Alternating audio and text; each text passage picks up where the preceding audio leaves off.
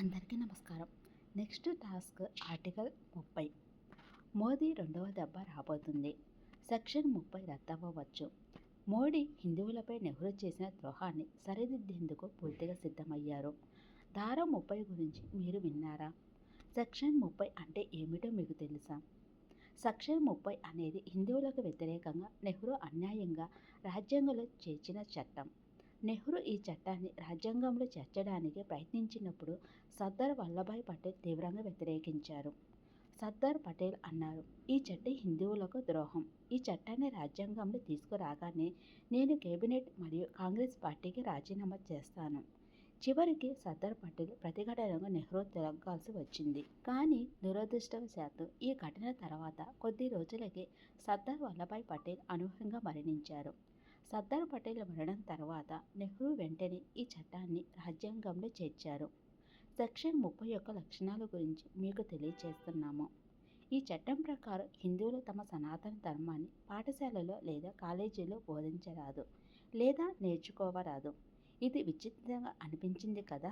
ఈ సెక్షన్ 30 ప్రకారం ముస్లింలు మరియు క్రైస్తవులు తమ మతపరమైన విద్య కోసం ఇస్లామిక్ మరియు క్రైస్తవ పాఠశాలలను నడపవచ్చు.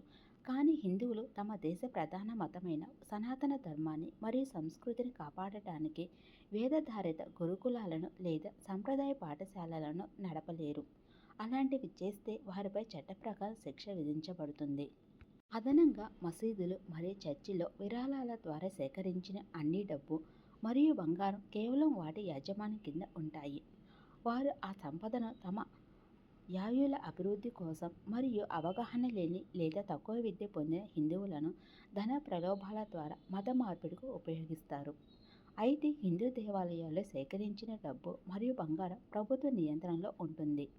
నెహ్రూ ఈ చర్యను గాంధీతో కలిసి హిందువులను మత మార్పిడికి ప్రోత్సహించడానికి చేశారు. సెక్షన్ 30 అనేది హిందువులకు వివక్షతతో కూడిన ఉద్దేశపూర్వక ద్రోహం. ముస్లిం పిల్లల కోసం తమ మత గ్రంథం ఖురాన్ చదవడం మరియు నేర్చుకోవడం తప్పనిసరి. అదేవిధంగా క్రైస్తవులకు కూడా. కానీ మన హిందువుల పరిస్థితి ఏమిటి? ఈ ప్రాచీన శాస్త్రంపై ఆధారపడిన ఏకైక మతం అయిన హిందూ మతాన్ని సరిగా అర్థం చేసుకునే పరిస్థితి కూడా మనకు లేదు. మనమందరం సనాతన ధర్మాన్ని కాపాడుకుందాం. ఈ వ్యాసాన్ని చదవండి, అర్థం చేసుకోండి మరియు నెహ్రూ మరియు గాంధీ చేసిన కుట్రను అందరికీ తెలియచేయండి. ఈ సెక్షన్ 30 వల్లే మన సనాతన ధర్మ దేశంలో పాఠశాలలో మరియు కాలేజీలో భగవద్గీత బోధించలేము. ఈ వ్యాసం మీకు నచ్చితే మరియు మీరు సనాతన ధర్మపై విశ్వాసం మరియు ప్రేమను కలిగి ఉంటే దయచేసి దీన్ని వీలైనంత వరకు షేర్ చేయండి.